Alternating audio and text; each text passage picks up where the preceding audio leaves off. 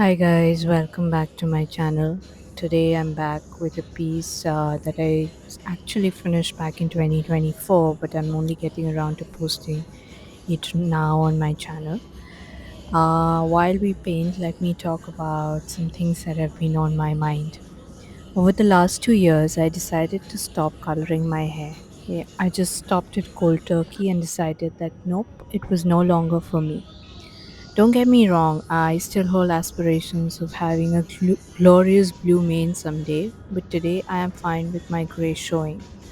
I started having grey hair quite early on, actually, in my 20s, I think. Along with a bunch of other physical insecurities, I decided to tackle this as well and started coloring my hair.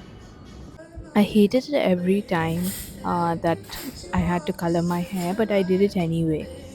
I suffered from a lack of confidence, having spent a greater part of my life at that time not having any confidence in my looks. Maybe I still do at times, but I have become significantly more confident over time, I feel.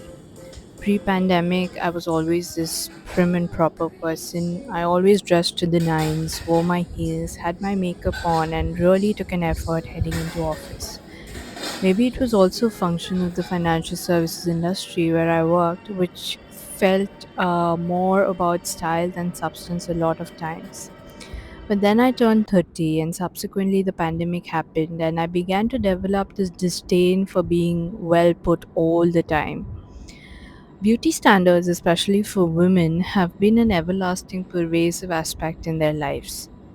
They often have negative and consequential consequences Key number in shaping perceptions, key number behaviors, and self worth. mm. Since time immemorial, these standards have been exacting for women, reflecting broader societal dynamics and momentum. In the contemporary world of today, thanks to the ubiquity of social media, these standards are not only becoming more exacting and unprecedented, especially for something which doesn't have a static standard and has evolved over time. What beauty means for the society and the individual is always evolving, right? It evolves over time, it evolves over culture, it evolves over places. Beauty standards is often tied to wealth, and hence a lot of today's personal care culture that you see so popular on social media can only be termed as a luxury. As with ancient cultures, these are often accessible only to the elite, reinforcing the social hierarchies. Geographically, as well, the perception of beauty has varied from the slender Asian beauty to the curvier Middle Eastern beauty. The rise of mass media in earlier times and social media in recent times has also been instrumental in dissemination of the beauty ideal that is propagated by the beauty giants of the time. As time passed by, the beauty standards within a geography changed from androgynous to the Marilyn Monroe, akin the hourglass, to heroin chic, reflecting the mood of that period.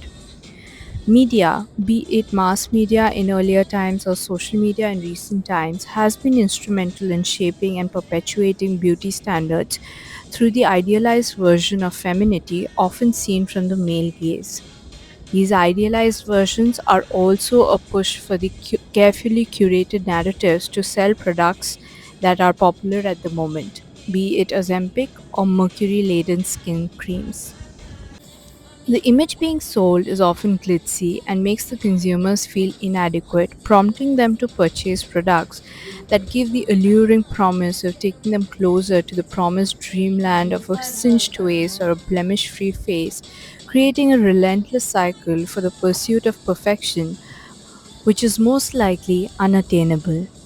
Social media, in particular, has exacerbated this issue through the flood of images of the perfect skin or the perfect body, or even something as minute as the perfect lips.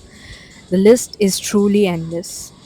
Deepfake and more recently, AI deepfake has further added to this already overflowing cauldron of filters, editing, and cosmetic procedures. Influencers and celebrities, who in some ways are themselves victims of this predicament, further act as harbingers of the ideal beauty standard, leading to everyone chasing the same beauty dream. These standards are so pervasive that, in fact, I sometimes catch myself also falling prey to these idealized standards when I'm painting or sketching, trying to get that ideal narrow nose or the perfect plumpness of the lips. But what happens when everyone chases the same ideal?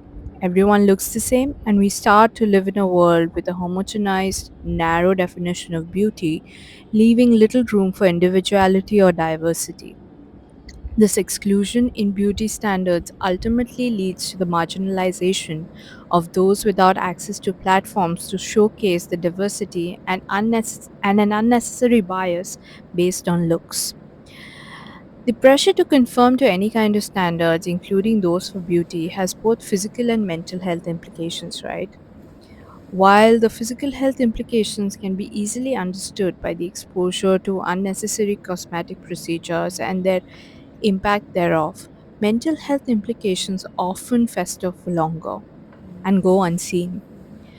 Research, such as the one published in the Journal of Social and Clinical Psychology, has consistently shown correlation between exposure to idealized images and body dissatisfaction, low self esteem, and in some cases, even eating disorders.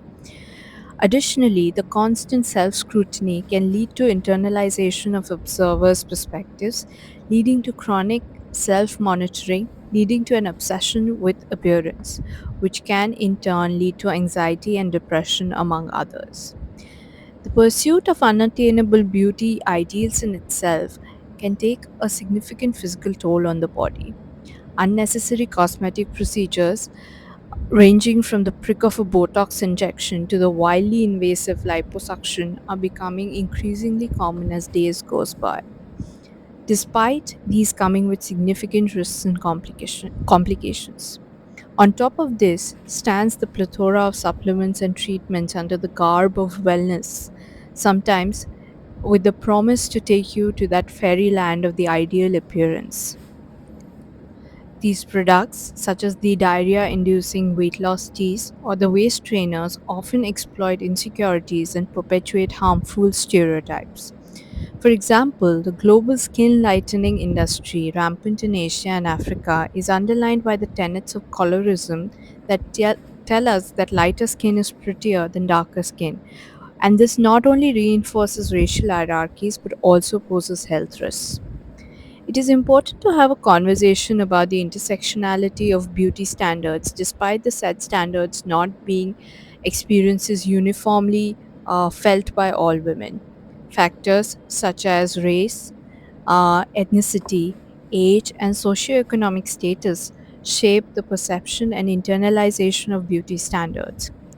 The pressure on of color to conform to Eurocentric beauty standards such as light skin and straight hair can not only negatively impact their self esteem but also downplay their cultural identities and marginalize many non Western beauty ideals.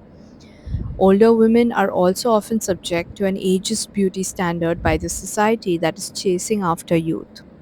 The anti aging industry, worth billions of dollars, wants you to splurge on the next magical formula and forget that aging is a luxury and your wrinkles and white hair are to be treasured.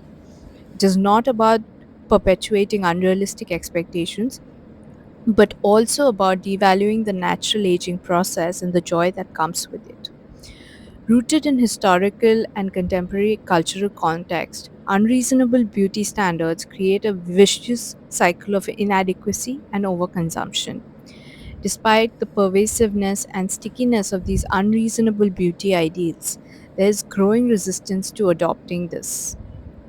The body positivity movement, not without its own detractors, seeks to challenge narrow definitions that are seen flying around on social media. Brands and advertisers, though slow to adopt and bordering on the edge of tokenism, are coming around to showing more inclusivity and diversity. Education will continue to be key to raise greater awareness on these issues. All this creates a hope for change by challenging the existing ideals for beauty and embracing diversity to celebrate the beauty of each individual. As for me, I'm trying to do the same in my art and capture the beauty of the different faces and bodies and not fall prey to the ideal beauty standards trap. I initially wrote this piece as part of my newsletter while thinking about what impacts the way I think and the way I make my art.